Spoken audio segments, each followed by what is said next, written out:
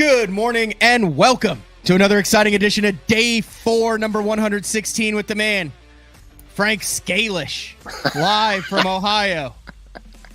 From Ohio in my national treasure, in my Hawaiian own. shirt, my Hawaiian shirt and Canadian smoke. What is the story behind the Hawaiian shirt? I know you like to wear the Hawaiian shirt as we get into the warmer months of the year, but is there a reasoning behind that? Is it just something that you have an affinity for? Does it put you in the right state of mind as we get into the warmer months? You know, I'll be honest with you. I got a bug up my rear end one day. I was getting golf shirts. Because I decided that I was going to wear these, like the Nike golf shirt that dries real quick and, for fishing, for filming videos. So I was in there and I'm like, all these stupid shirts look like golf shirts. They are. So in there I saw this one hanging up and I said, oh yeah, that is me. I'm getting it. And it's as close to water camo as you could find in a golf shirt. So I got it because what people don't realize, this is so stupid, but what people don't realize is that if you're fishing very clear lakes and you're fishing real shallow, for example, during the spawn or the pre-spawn, the fish can, if you're silhouetted too hard on the sky, the fish can see that silhouette. And when the smallmouth come on the beds early, they're skittish, real skittish. So if you draw a big silhouette, they bail off the bed and then it takes them a while to come back. And so what I found is that if I wear shades of light blue, gray, nothing black, nothing, dark, and nothing bright like fluorescent orange, you know what I mean? Like LureNet had a hoodie, a fluorescent orange hoodie, which I like a lot, but I can never wear that when I'm fishing shallow, clear water, because it's like a beacon. And so I just found that the fish don't scatter as much. That's a picture that I just threw up of Steve Kennedy. And if you listen to Steve Kennedy, he follows those same guidelines. He believes that fish are more likely to eat when they get closer to the boat when you're broken up. And if you look at his pattern there, it looks almost identical to your shirt. Boat and jersey. 100%. 100%. I can totally tell you for actual fact that it's true. So here, I was out this spring on a lake that's gin clear, and there's a big flat in the lake where the smallmouths come up to spawn on. So I was there a little bit earlier than the spawn. And I was wearing, and it was cold out still. It was like cold in the morning. So I was wearing my black BTL hoodie.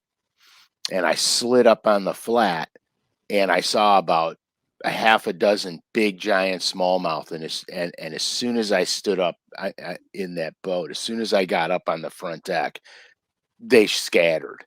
And it was driving me crazy. Well, underneath the hoodie, I just had a gray shirt on, a light gray t-shirt. So I peeled the hoodie off and I made another pass over the flat about an hour later. And when I slid by that group of fish that came up, I went back to where they were. They didn't scatter as quickly. I had to get right on top of them before they bolted. And that was probably the shadow of my boat that made them bolt. Now, how do we explain this? That's Skeet Reese in bright yellow pants. Bright yellow rod for the iTunes listeners. Bright yellow rod, bright yellow jersey. It's an interesting debate. I've had this debate with people, but by and far, a lot of the diehard sight fishermen and clear water guys will go with a broken up sky natural colored garment or boat, because you can get into the boat holes too. You have guys who swear on boat hull color based on the water clarity that they're fishing on, whether you want a black or whether you want a white or whether you want some other type of boat hull. Right. And that's a fact too, but it's a lot harder to change boat hull colors than a shirt. It is 100%. Today's topic, before we get into it, because we do have a little bit more to discuss before we get into the topic, is it's all about it's near and dear to my heart, Uncle Frank. I'm so glad we're doing this. It's all about we're doing Ned rigs, guys. We're doing finesse fishing. that we're going to actually have to do a two-parter because this is very in-depth. So today will be part one. Okay. And then part two. So the Bassmaster Open, I'm a little stressed out of this because it's basically what I would get. It's a home pond derby, Uncle Frank. Perfect. And you know how those go. You fished a few that you've had great success on Lake Erie, and there's just a different feel when you know you're going into a derby that you might have a little bit more under your cap than the majority of the field. So Yeah, you do a little bit more prep, you spend a little bit more time, you make sure your I's are dotted and your T's are crossed. yeah. Well, on your hometown lake, you have to, because here's what happens. You have so much knowledge on that body of water that you have a tendency to fall back on history. Yep. And a lot of times, if you're fish history, you're fishing the past. And that means you're not going to do well. There's a lot of guys that don't do well on their home lakes. And there's a few guys that really smoke them on their home lakes. You have to fish in the moment on your home body of water. The advantage you have, you and anyone else that's fishing their local lake, the advantage you have is if you're dialing in on a pattern, where there's 100 other places like that you can go. Where a guy who's not familiar with that body of water has to look for those places. There was a lot of tournaments that I fished when I was running Bassmasters. There was a lot of events that I fished where I've never been on the lake before until that event, and a lot of guys, that's their home body. You know what I mean? Mm-hmm. So you're competing with a big knowledge pool, and so what I would wind up having to do is do a lot of pre-fishing during the event, because as I was narrowing down patterns and figuring stuff out, I had to look for more of it during that event, because if you don't, you don't have enough to fish for the event. You know what I mean? So it's a real tricky game. What was that you put up there? Oh, I meant to put this one up that said, "I don't do well on any lake. Please help." I feel you there too. So here's what we're gonna do. We're gonna kick things off with part one of the Ned Dinger show today, and then next week, because we are only roughly an hour away from the studio, we're going to do a live Tuesday night. We've done this a couple times with great success.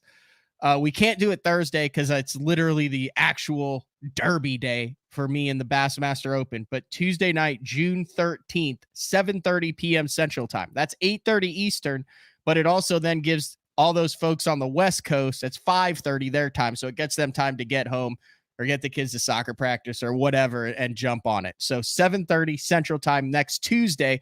There won't be a day 4. It'll be day 4 on a Tuesday night, which makes no sense, but that's how we're doing it. And that'll be part 2 of the Ned Dinger show. Yeah. And listen, here, look, I started doing this Ned thing because the young Ned Dinger came out with a bunch of new custom colors on LureNet right now. They are available, and I really want these colors for smallmouth in the Great Lakes. The great thing about it is that I had to do a series of videos. So literally since Monday, Tuesday, Wednesday, I've been filming videos. Monday and Tuesday were with the Ned Dinger. Yesterday was with a Norman lure that's very near and dear to my heart.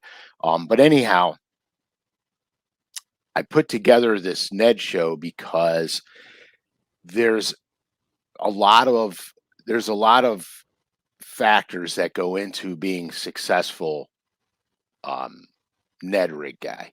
So here, the first thing I'm going to say is if you're fishing the Ned rig and you're not catching big bass, you're probably fishing in the wrong place.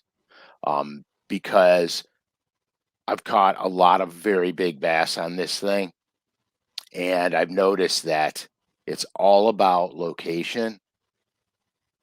You could take the Ned rig and it could save the day for you if you got to fill a limit out or something like that. It could literally save the day for you. But to use it as a big fish technique, you have to target big fish. You're not gonna. What I noticed was if I'm in an area with a lot of, let's say, pound and a halfers, they literally smoke it. They're fighting over it. They can't attack it fast enough. Okay. When you're in a bunch of small fish like that, if there is a big bass in the area, now that generally that can happen with largemouth a lot more than it does with spotted bass or with smallmouth, because especially Great Lakes smallmouth, they have a tendency to school by size class.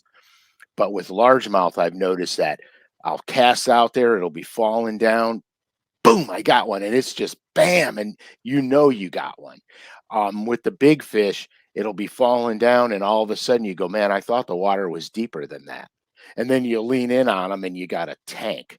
Um, that big fish there is the accidental big fish, because most of the fish around him are small. When you're around big fish, you're catching the big fish. So this show today, and actually the next show, the recorded episode, part 2. We're doing it live next Tuesday. I mean, live. I'm sorry, live. The live show next Tuesday is these two shows are important to me, because most of the time when I fish the Ned rig with the Ned Dinger, the small, normal Ned size bait, I'm usually fishing for spots or smallmouths in open water on deeper structure. Okay. So yeah, Tuesday I went out and filmed a video fishing a grass lake, relatively shallow, although it did have 30 plus foot water in it. But for the most part, the lake fish is relatively shallow. You're almost never deeper than 12 feet because it's predicated on grass depth. So the bass are done spawning. This was the coolest thing ever. So the bass are done spawning. So in order to target the bigger bass, all right, the post-spawn females, you have to go to the spawning areas. And then you have to work your way out from the spawning areas. We've done shows on this. We've done shows on this. The better of the location that you pick is going to put more early summer post-spawn females in that area that you're in. So I go to the lake. It's crowded, which surprised me because it was Tuesday. It was crowded. And a lot of the places that I would normally go to had a lot of traffic on them. So I avoided those places. So I picked a place that I knew had spawners going into them, and I tried to figure out where they were coming as they were coming out of this area. Where would they stage up? So here's a good. I have some illustrations and stuff. Heck yeah! I'll show you some details. So here's what you got to remember on grass lakes. The females, they're going to want to relax after this. They're beat. Their tails are all bloody. Half the tail's gone. The fish are concave bellied. I mean, 100%, not a doubt in your mind, that is a post-spawn female. She is done. And so they're going to recuperate. So here's the deal. You want to find places that have sharper breaks on them. There's going to be some flat areas that come out. And the flat areas are okay as long as right at the end of the flat area, you're going into the deep water. Because they can go out there, they can suspend. And then when they start to get their feeding mode back on, all they have to do is a tail push away from the grass edge. So they're always within, and I mean like a second from where they could feed, but they're going to chill out. All right. So the better you are at finding those locations, the more success you're going to have targeting the post-spawn females. Now, this is late post-spawn. It's almost early summer. They're just not out there yet. They're getting ready to move. Like, I'll bet you dollars to a donut if I go back there in a week or two, those fish will vacate. They'll be on their summer stuff. That's how close they are. So So here's what we're going to do. I'm going to talk about one retrieve in particular, but I want to show you locations and really what to look for. So this brings us to the first illustration. Okay, you've probably seen this 1,000 times. Yep. I've got the inside swing. I've got a slow outside swing with a hard grass edge, and then I got a slow tapering grass edge that goes down and peters out into nothing. Okay, so high percentage, we already know from the million shows ago, high percentage, high percentage, high percentage. All right. Notice I didn't come out here yet. More offshore stuff on the point. Right, more offshore. This could be 100 yards, 150 yards, 200 yards off the bank. Okay, so we're going to assume this is the spawning area up here. Can you see that? Because I can't see the 100%. You're right on it. It's perfect. Okay, perfect. So now right in the grass. Perfect. So now we're looking at this, and you notice we've got a couple of rock piles or rock bottom areas on here. These are money. They're absolutely money on any grass impoundment because this is the difference. Everything else is grass. This is the different thing. It's like if you were fishing a lake that has 1,000 docks and it's a boat dock lake. Everybody knows you go fish boat docks. There's a section of docks that is always money and it's perfect. Might have a channel swing that comes in it. Might have a harder bottom under the docks. Or conversely, it could have grass around the docks and a break in front of the dock. There's something to the ones that attract the most bass the most of the time that's different from the million other docks on the lake, aka Lake Norman. You could go to Lake Norman and flip docks for 3 weeks and never hit the same dock twice. Yep. And then you're going to notice that you only get bid off of certain ones. And so you have to, that's how this is. That's how the grass fishing thing is. You have to pay attention to what's different around the grass. The other thing you need to look for in grass lakes, 2 types or 3 types of vegetation in the same area. Because whenever you have multiple grass species growing in the same area, a lot of grass grows different on different bottom compositions. And so that could tell you if you have coontail and lily pads, you're probably in a soft bottom.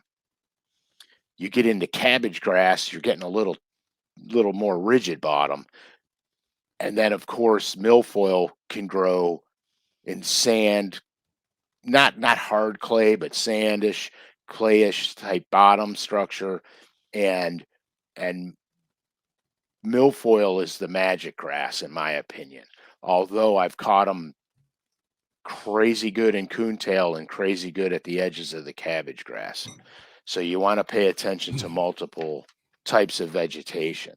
Go ahead. So this is where I ran into an issue with this, Frank, and it took me several trips up north before I figured it, and a lot of conversations with other people. Is you get out on the lake, you find that point, like if you hold that diagram back up, you have that, like you said, that could be a couple 100 yards offshore.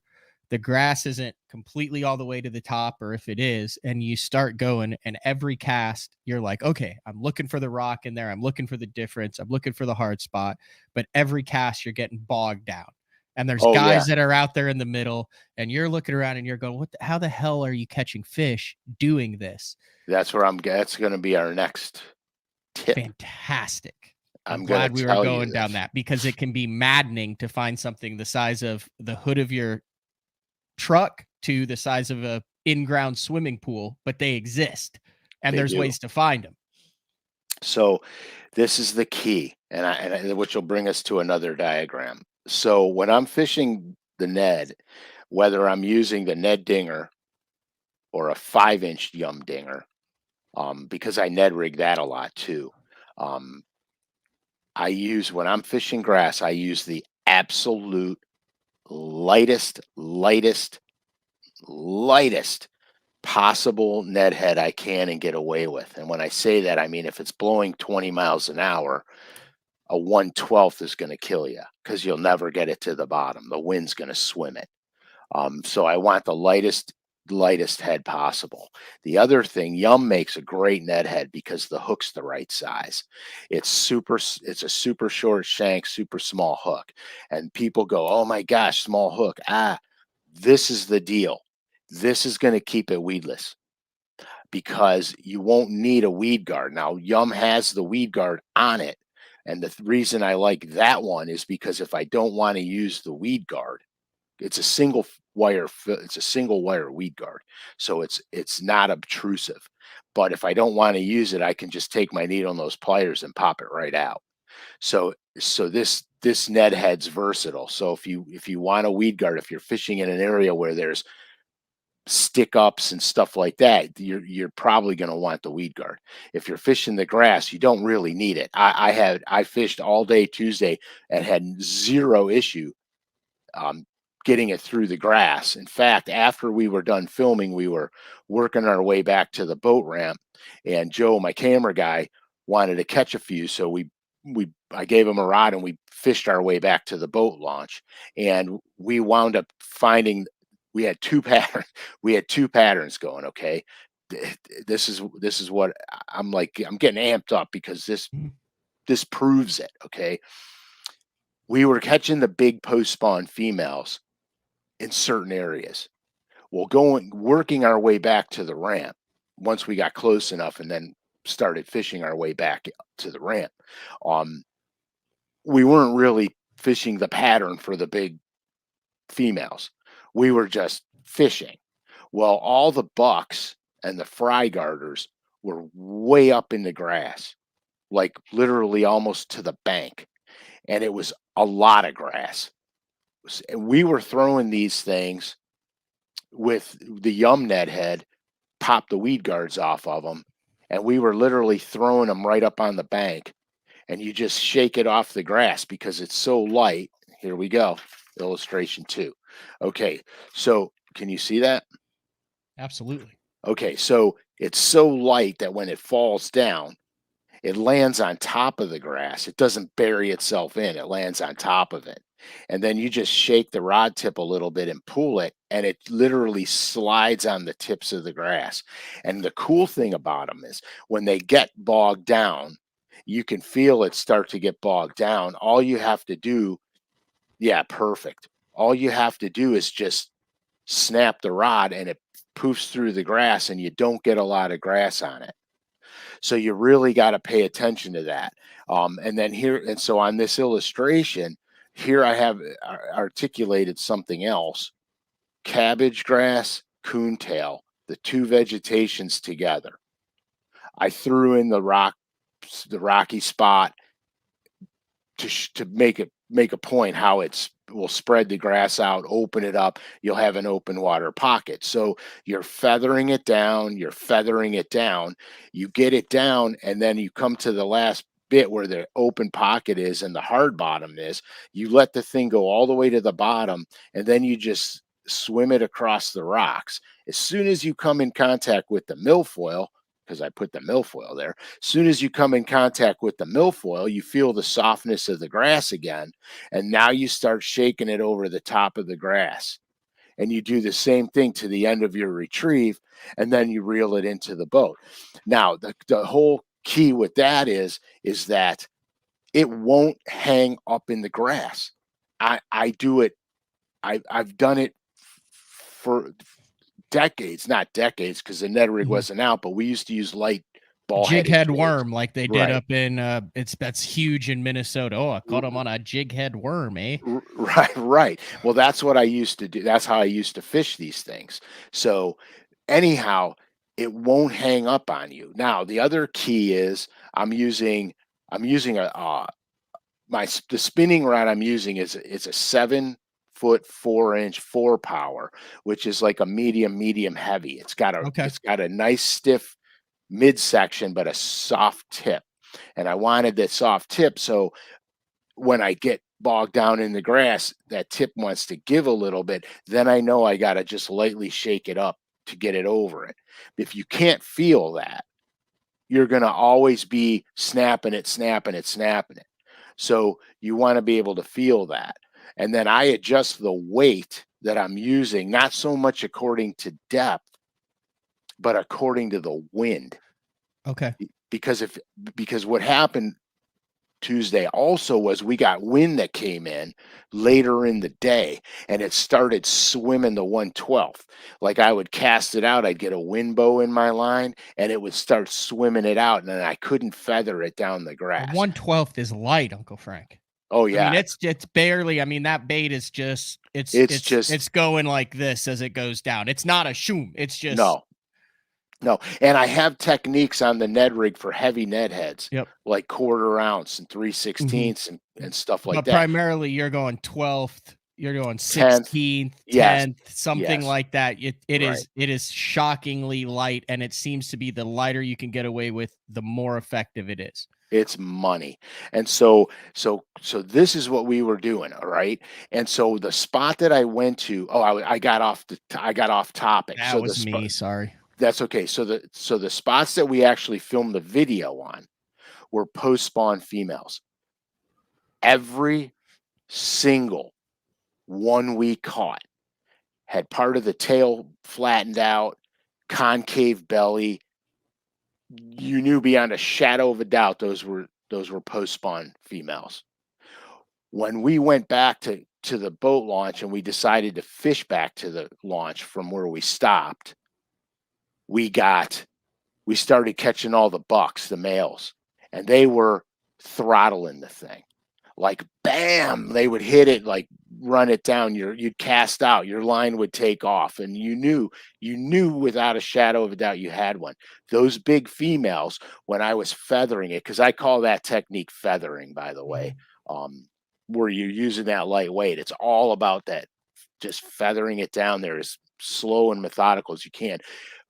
Half the time you'd go like that, and the rod tip would just get a little heavy. You think you're in the grass and you got to lift it up over the grass. That was the bass that got it.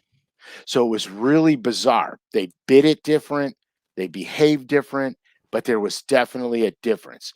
So if you're going to grab a Ned head and you're just going to go down the bank and fish it, you're probably not going to catch the fish you want to catch. You may catch a lot of them, but you're not going to catch the ones you need, the money fish, the big ones. And so it's really important to understand that you have to go to those spawning areas and look around those spawning areas, not necessarily in the spawning area, but you have to find those areas that have the best deep water access, the right kind of grass, everything. And that's how you eliminate catching a lot of small ones. We actually left that spot.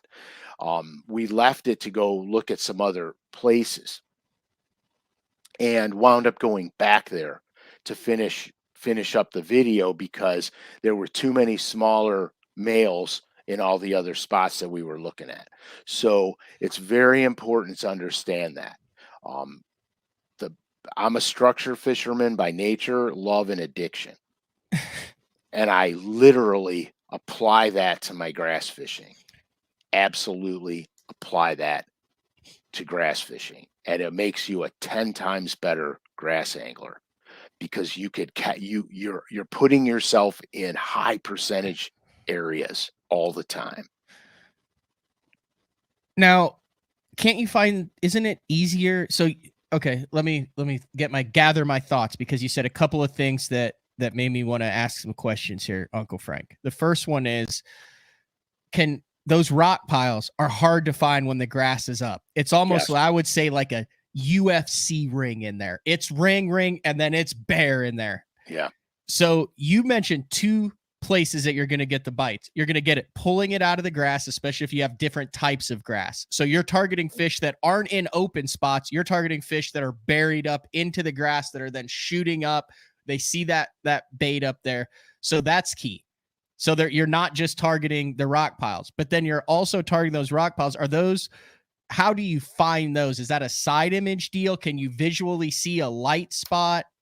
through the grass, or are you having to find those in the wintertime on side imaging, marking them, and then coming back and knowing that they're there when that grass is up, and that's where the money is? And then how are those fish positioned on those rocks? Are they on the edge of the grass where they'll shoot into the rock and ambush it? Are they on the rock and it comes down and they're like, oh, look at that? So I so many questions on that. Right. So here, finding those hard bottom or Yeah. rocky areas. Okay, let's start there first because that's the critical component. If you're side imaging, you can find them because you'll see them. Even if there's a lot of grass in the area, they'll come up as a hot spot on side imaging. It'll be a bright, like white Or hot spot. orange or red, depending on what you have it on. You're Right, going to depending see on a your hard stream. bottom because the grass is typically going to grow on a softer bottom. So you're going to see a brighter return Correct. on your side down, even 2D. Right. So, well, we're talking side first. Yeah, side. Okay. Okay. So that's how you find them if you're fishing while the grass is immature or growing. Okay. If you're in the winter time, because I do tons of wintertime fishing, Right. it's easy to find them then. You could find them on 2D, you could find them on side imaging. It's easy then. So let's go 2D sonar. 2D sonar is tricky because you have to get on top of them to find them. And so you have to be very meticulous when you're working a break line on 2D sonar. You're going to go, you're literally going to run your sonar, and this is what your track line is going to look like. I'm not going to draw the bottom. I'm just going to draw. Fine. I'm just going to draw the track line. This is what my track lines look like when I do my 2D sonar work. No matter what I'm looking for, structure or grass or whatever, this is what my track line will look like. Very calculated as far as you're making sure you're not missing any big patches. So you're basically checkerboarding it.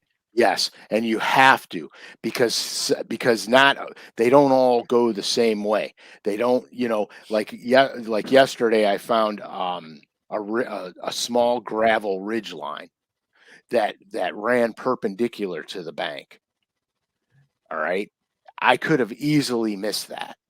Like easily missed that. If I made wide. Is this natural stuff or is this man-made stuff from where they dug out a channel, a canal, something, dumped a truckload of rock? The finger I found yesterday was actually on a reservoir, so it was flooded, whatever it was, flooded. Okay. But if you're too far apart on your boat swings, you could literally miss it by a foot and never find it on 2D sonar. So you have to, when you're using your 2D, this is what people used to go crazy. They go, you idle for days. And I'd be like, yeah, because I had 2D sonar and I literally did work. I mean, I was out there and when I start finding something, I tighten my boat path, especially on the Great Lakes, looking for glacial grooves and stuff. If you're not tight, you could miss something. So it takes a long time on 2D sonar. Now, side imaging, it doesn't take as long. You can make a couple of 60-foot swings because you're going 60-60 on each side if you're running both windows. Sometimes I'll turn on just the right side or just the left side, depending on what I'm looking for, because it comes in bigger and you get better detail. So it just depends. But with side imaging, you can make your parallel view. And here, I'll tell you something else really cool. I was doing a roadbed yesterday, and there was a cross on the map where it showed two roadbed intersections. And so I was doing the roadbed and I was looking for one spot on the roadbed that had either big concrete or gravel piles, because they'll put the gravel down on the ditches, that the drainage ditches on the sides of the road. So it turns out that this road used to be probably an old logging road.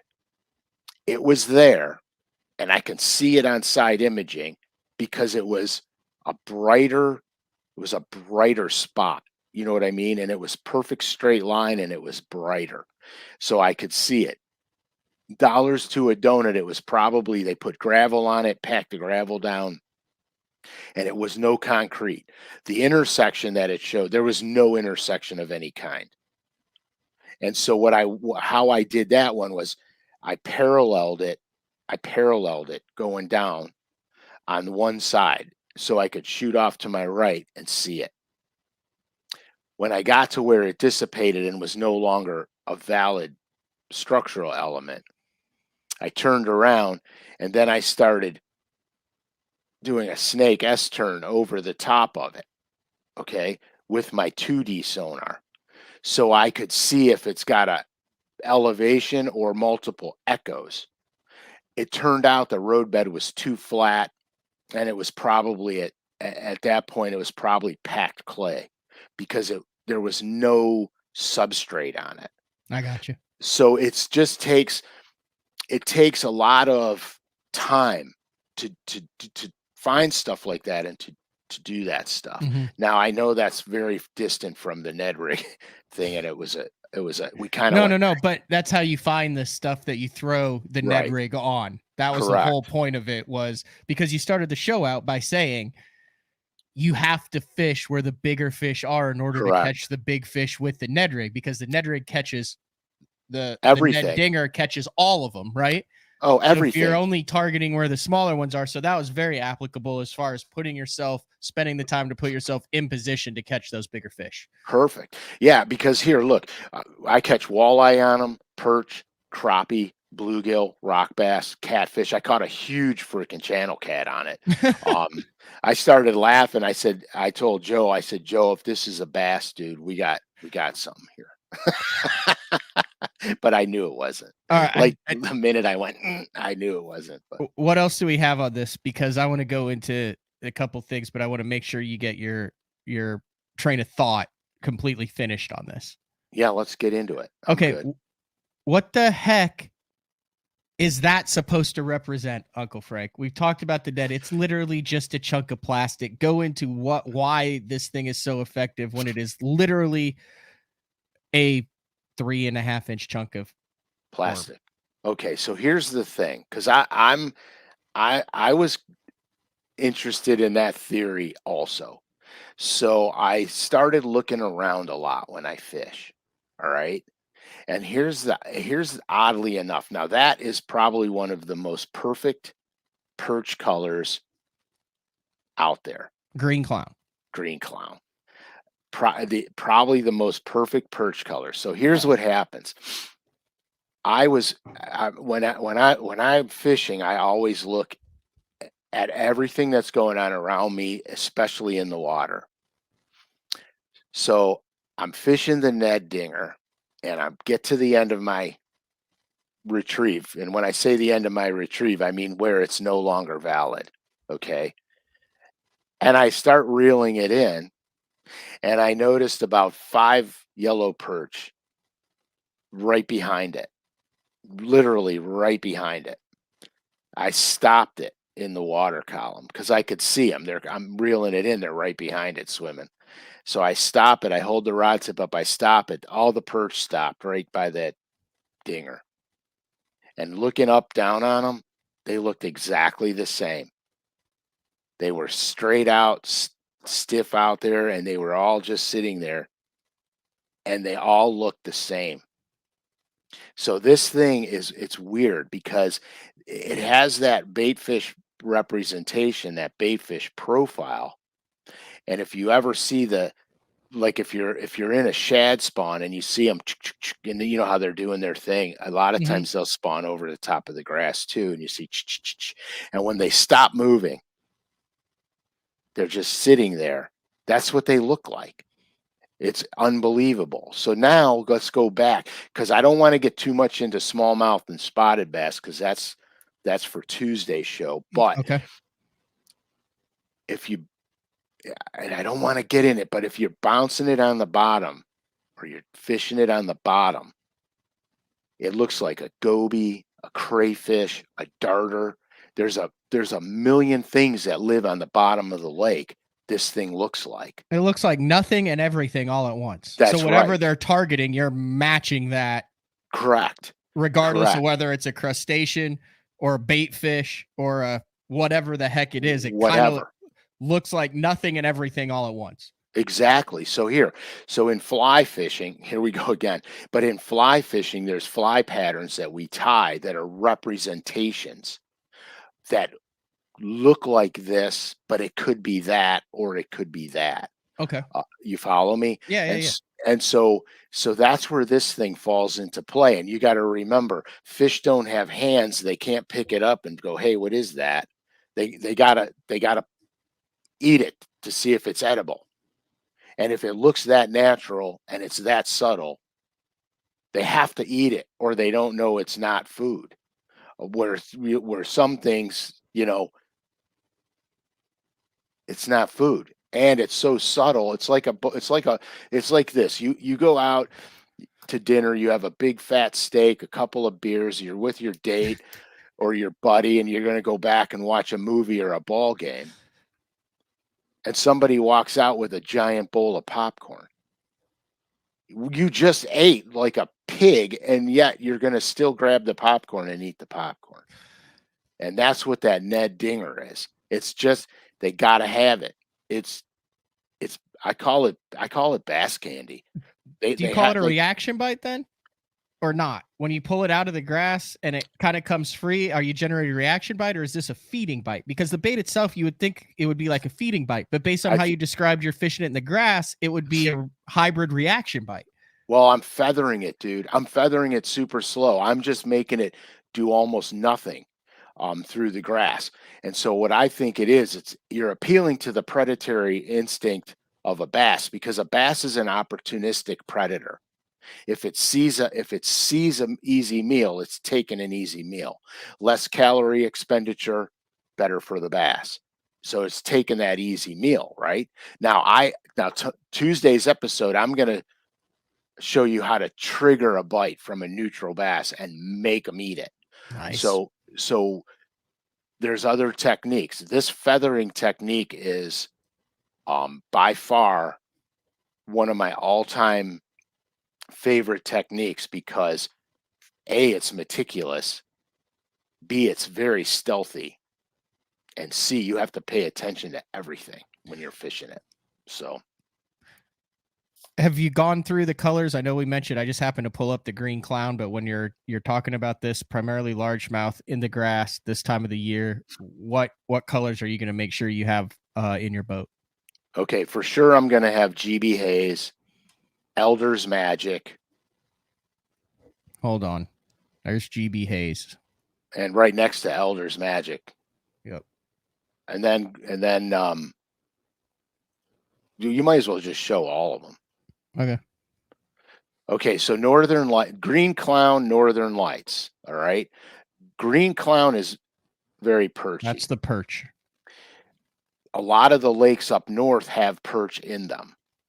Both the largemouth and the smallmouth eat the perch.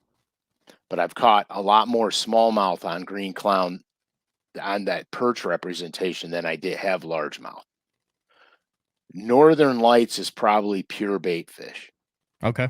Could be shad, could be shore minnows, could be emerald shiners, could be, Cisco's, could be a lot of things. It is pure 100% bait fish. Spotted bass, smallmouth, I've always got Northern Lights on, and I've always got GB Haze on. 100%. So if you scroll to the next two colors, you're going to have probably Pumpkin Groove and Green Pumpkin Blue. Green Pumpkin Blue, GB Haze, Elder's Magic are my mainstays for largemouth. I do catch them on the other colors, but those are what I'm starting with. Watercolor might dictate a change. Pumpkin Groove, Northern Lights, Green Clown, those are predominantly my smallmouth colors. So it's not complicated. Elder's Magic can go either way. It's just not complicated. But I'm really thrilled to see those colors in it because before they put those colors in the Ned Dinger, I was using the Ned. I was using the regular 5-inch. Just biting it down, or no, I was using the whole damn 5-incher, and then and when it got conditions got tricky, I would cut it down behind the segment. I got you. And just use the back section of it. The other thing you said, and you can see it in these pictures, is air bubble in the tail of the Ned Dinger to help it stand up. It stands up like a champ too. And then the cool thing is when I dye the tail chartreuse, if I'm going to do the chartreuse dye or the orange dye, I put the pen inside the bubble hole. And it gives it a real translucency, like almost like the tail of a bluegill or the tail of a perch.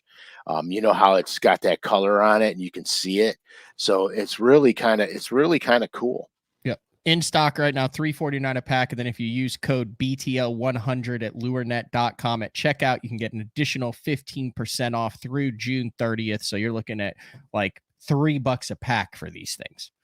Yeah, the BTL code ends June 30th. Just remember that for that. And then the finesse worms too, that are still there too. I did a show on the finesse worm too. That was pretty cool. We had a pretty good day fishing that thing too. I was fishing that on a flick shake. There it is right there. And the new colors in that worm: June bug red flake, mud fleck. Like I said, you've been through all these: Elder's Magic, right. GB Haze, green pumpkin blue fleck, and dirt purple. Yeah. See, what people don't realize about that finesse worm is I drop shot that a ton for smallmouth and spotted bass, mostly smallmouth up here. Do you ever drop shot a Ned? Yeah. Dinger?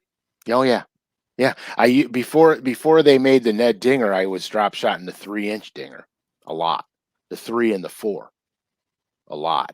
On Champlain, I took a lot of money drop shotting finesse worms. They just wanted something a little skinnier, a little longer, and it moves more in the water. The finesse worm is just real leechy-like. It's real wormy-like on a drop shot. You mentioned open hook, by the way, in the grass. You mentioned the hook on this. You're using a spinning rod. You're in the grass. You're in the cover. Walk us through how you're making sure that you have that hook sunk into the fish. What is your hook set method to get that fish out of the grass and into the boat? Okay, the thing is, I never crack a fish when I'm Ned rigging. I never drop to my knees and whack on them. All I do is tighten up the line and just lean on them real heavy.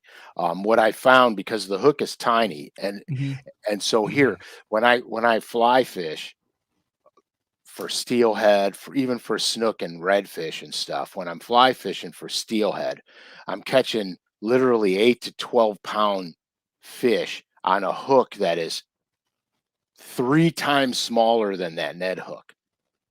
And I never set up on them. I just tighten the line. I hold the line on my fly rod and I tighten it up by lifting up the rod. And that hook penetrates berries because it's a thinner hook. It goes right in. And I never lose them. And so I found that if I set the hook hard, a lot of times you lose that fish or you don't get it.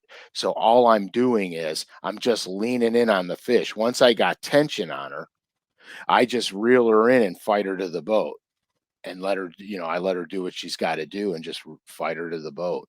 Smaller diameter hook, sharp hook, less pressure to penetrate that fish's mouth. So you let the fish hook itself, basically. Absolutely. So let's talk about that. So my main line is either 10 or 12 pound braid.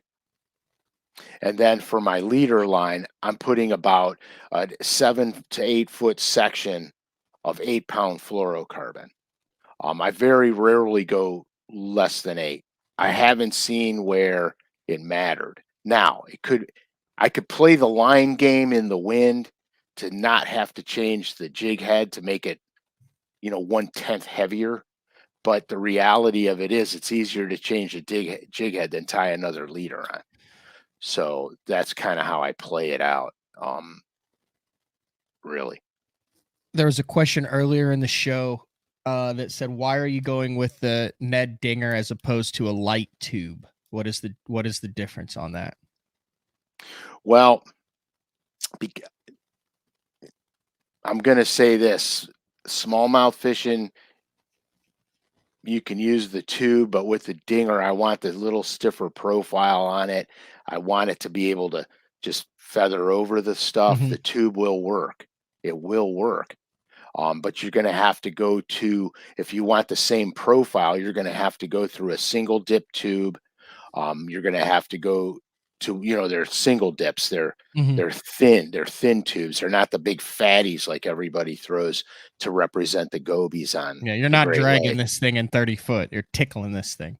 Right, you're feathering it. We'll get into the Great Lakes and stuff tomorrow, Tuesday, and then I'll show you some neat stuff with the Ned rig. So you can be a proficient Ned guy for $50 or less. You can have 8 packs of Oh yeah, of yeah, Ned dingers, 4 or 5 packs of the hooks in a variety of different lightweights, match it up with the wind, use your drop shot setup exactly. for the Ned thing, and for less than 50. I mean, it's not a deal where you have to break the bank to have No, everything you need 24/7 to catch them on a Ned. no, actually, it's probably the simplest. Yeah. It's probably the simplest bass technique that we have, if you think about it, because you saw my Ned box the other day. It's just Oh a yeah, it's little. beautiful. That's all I carry.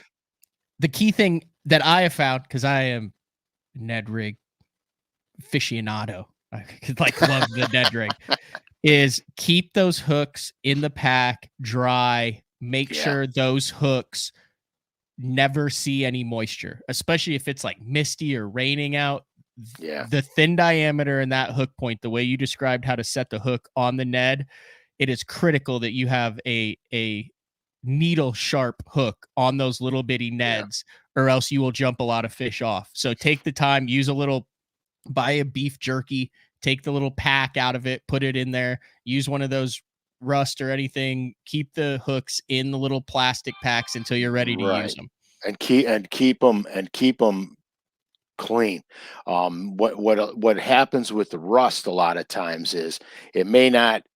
The first thing it's going to deteriorate is your barb on the Yep. hook. That's the first thing it's going to deteriorate. And if that barb goes, The fish goes. the first time that fish puts his head out of the water, he's out. He's gone. Ronnie would like to know, what about just using straight fluoro? Absolutely can use straight fluoro. I've done it for a long time before I went to the braid mainline on it. I went to the braid mainline because it cuts the grass better. I But got you. I've used straight fluoro forever on everything, drop shotting too, flick shaking, everything. Braid's not the necessity. Braid makes it easier. It makes it way easier. The thing with straight fluoro that you're going to achieve that you don't achieve with braid is if you get a loose line bite with braid, most of the time you won't feel the bite. Because if braid is slack and loose, it doesn't translate the bite through the line unless there's a little, like a wind bow in your line with braid, you'll feel the bite. No wind bow, it's loose laying there, you won't feel the bite until you start to try to move it again. With straight fluoro, no matter what your line's doing, you're going to feel the bite. Frank, percentage of guys on tour who are going braid to fluoro on their spinning rod for 99.9% of applications versus straight fluoro, I'd say 98% of guys are on the. And listen, this is one of those things that went from you're using braid on your spinning rod to, hey, there's a few guys using braid on their spinning rod to boy, I'd say the majority of guys are going braid to fluoro to, holy cow, you're using fluoro. Like it's amazing to over a 3-year period to watch that shift, and it's not a fad. It's here. This is the way. It's for real. How it is. You're right. It's for real. I switched all my spinning rods to braid to fluoro, every one of them. And here's another reason why: you eliminate line twist, and you're not spending $30 every time you got to respool your spinning rod. And the Ned will, if you're using fluoro, the Ned will twist your line because as it falls, especially as it gets down, that thing spins, which is part of that death spiral, is part of the nuance and magic. As we opened the show talking about how many fish pick it up as it's falling, you talked about it during the suspended fish show 100%. about how many eat Ned. quick little tip, if you're getting line twist on either your fluoro or your braid, just go out in the lake, open your bail, use the weight of the line to peel all of your line off of the spool down to the bottom, troll for 100 yards, and reel it back in. It will completely make your line like brand new. Yeah, I do it every 3 or 4 trips. Mm-hmm. You can use a micro swivel too. That helps. But if the micro swivel's not good and working right, it won't help. I quit using the micro swivel. Frankie talked me out of it. I got sick and tired of every time you have a break off or something. Tying you 3 knots. Right. I was like, okay, I'm done with that. It's easier just to drag the line behind the boat and reel it back in. All right, what else we got? Because we do have a couple specials that I want to bring to everybody's attention before we wrap up part 1. Anything else on the kind of grass lake, primarily largemouth Ned Dinger show? No, I don't. It's not complicated. No, that's the beauty of the Ned.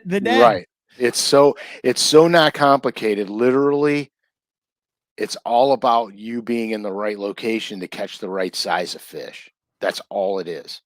Have you ever heard of this? Tip on keeping rust off new hooks. Can of SEM etch primer, green, spray the jig. This will protect the jig. What is that?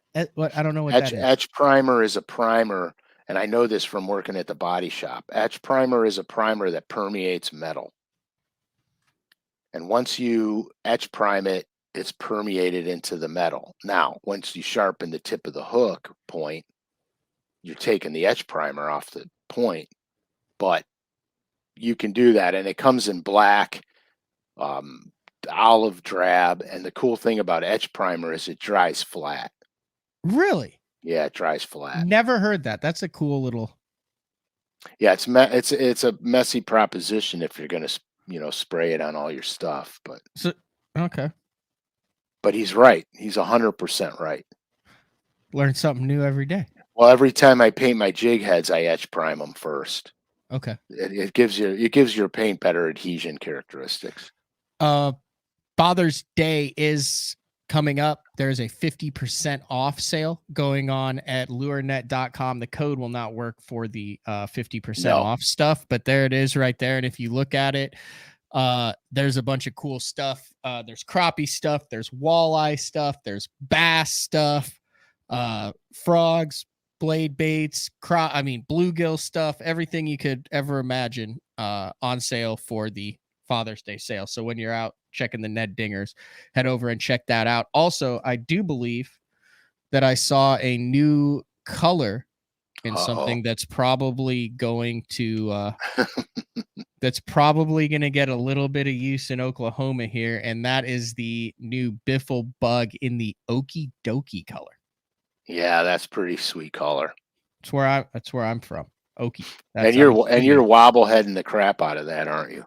Oh yeah, 100%. Putting it on the 11/16, finding 3 to 6 foot of chunk and gravel, casting it out and treating it like a crankbait. Right on. You ever flip that bait? I do not. I know that Tommy flips it. Yeah, it's a good flipping bait. Mm-hmm. Just FYI. I have not. Yeah, it's pretty now good. there is also, is there not? I believe I saw there's also a Biffle bug designed for flipping with 2 sets of the legs on it. I believe there is the flipping Biffle bug. Yeah. What else is there? It's still saying that there's a couple number 7s in stock. Is that still accurate? If it says it's in stock, it might be. If you want to get your 7s, I will have this on it. You follow in the Bassmaster Open. There's a little magic color in there that they really like out there. So nice. I will have one of those tied on. I ordered them just like everybody else. Did you order them too? Oh yeah, I ordered a half a dozen of them. Yep. So, yeah, because I want to fish with them, and I only one I have left is my one original. You don't want to do that. And really cool. Really appreciate if you guys have ordered color 7 and you've been out and you have been catching fish on it. Literally, Frank and I share these, screenshot them, share them with each other. Really cool to see color 7s in smallmouth, largemouth, and spotted bass faces. Yeah, I mean, I've gotten a couple pictures already Yeah, from a handful of guys that are catching them on number 7, which is really cool. very cool. Part 2 of this is where you're going to dive more into the smallmouth, the Great Lakes, Yeah. the rock, the heavier Neds, all sorts Yeah. of They're stuff like that. yeah, the part 2 is I like part 2 of this, and I have a couple of techniques that are actually derived from old ledge fishing stuff. Really? Yeah. Now you know my Great Lakes Ned experience, right? No, do tell. We'll have to get into this next week, but this is why I'm interested in this. Every once in a while you have something happen that makes you go, wow, subtle differences lead to drastic results. Because sometimes you go out and you're like, dude, if there's fish there, he's going to eat it. It doesn't really matter what this stuff is. And then something will happen that will say, man, you have to be so detail oriented because it is the Right. difference between nothing and everything. That's true. I mean, look at the guy who first burned a crankbait at Mach 10. Yeah. He was probably what happened was he was probably reeling it in to make another cast and cranking it in at Mach 10 to make another cast and got the rod pulled out of his hand. He's like, holy shit, they want it fast. That guy's name was Kevin. And yeah. or David. Exactly. Exactly. But there was a subtle difference that I made on the Great Lakes at a Bassmaster Open. And I went 6 hours thinking these fish have moved. They are not here. To holy cow. I've been fishing right by them and they've been looking at it going, not what I want.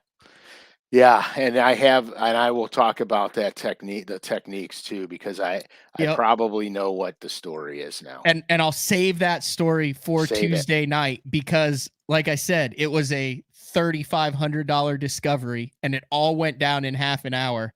Yeah. And it was a simple bait switch in the exact same areas that put a bait 12 inches different in the water column than the bait that I had been using for the previous 6 hours. Yeah, I've seen that a million times with smallmouth and spotted bass.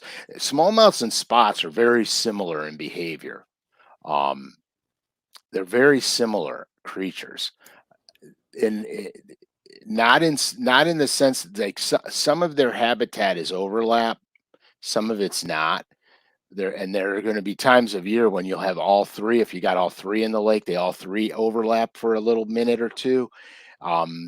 So yeah, tomorrow Tuesday's show is going to be interesting. I really am very happy that the spawn is over.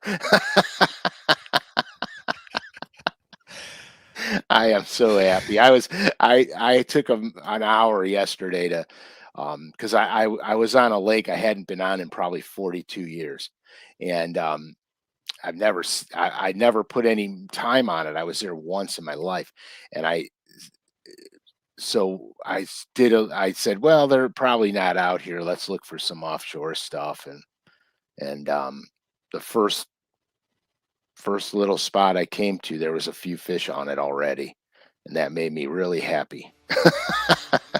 We're getting close. All right. Part 1, Ned Dinger show. I learned a lot today. I learned some stuff.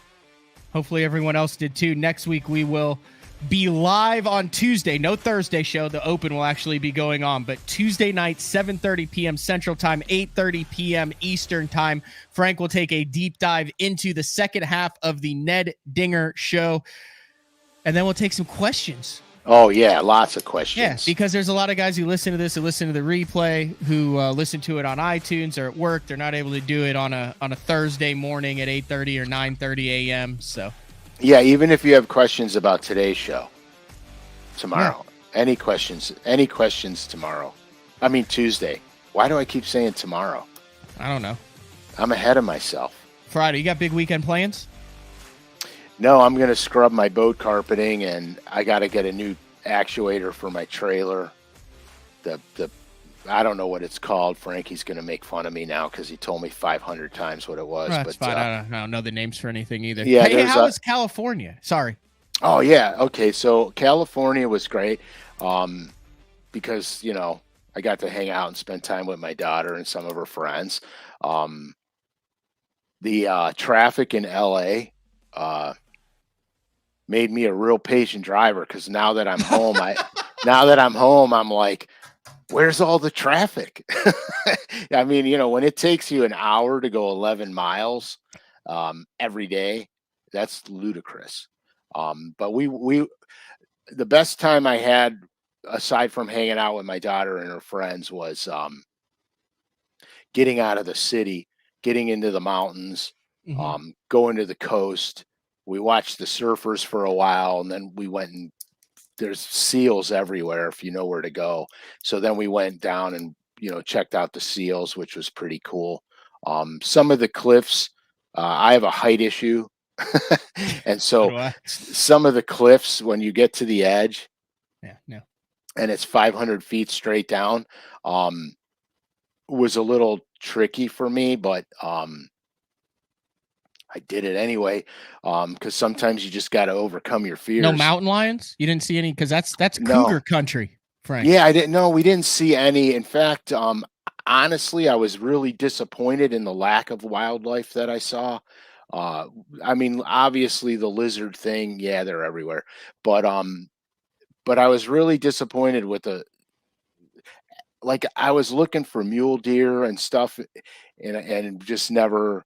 I never saw any. Yeah, no, I think it's too crowded. Everybody hikes over there, dude. You go to these places. Like, some of the places that we went were remote and there was nobody. But some of the places you go to, you look over this beautiful big valley, and all there is hiking trails through the whole thing, crisscross and dotted through the whole thing. And it's like, man, give these animals a break. Now, I'll end the show on this. We've heard some of the tales of your boys, your sons, Frankie, Josh, of graduations, weddings, right? Things that have led to, for lack of a better term, recovery periods following that. True that. It sounds a little different. There wasn't a there wasn't a big celebratory evening out with your daughter and her friends and all of them saying, "Hey, we're graduated. Time to cut loose." Yes and no. I had to do a lot of driving down there, and it's an unfamiliar place to me, and the traffic was ludicrous. No matter what time of day or night we hit the road, the animals are moving out to Texas. I love it. That's fabulous. So you were the DD. Yeah, and I didn't mind it. I didn't mind it. I needed, I took this as a place to leave everything at home and not, I literally went down there with zero expectations of anything and just did whatever they wanted to do. I love it. All right, this has been day 4, number 116 with the man Frank Scalish, live Tuesday night, 7:30 p.m. Ned Dinger episode part 2, open water, heavier stuff, smallmouth spotted bass.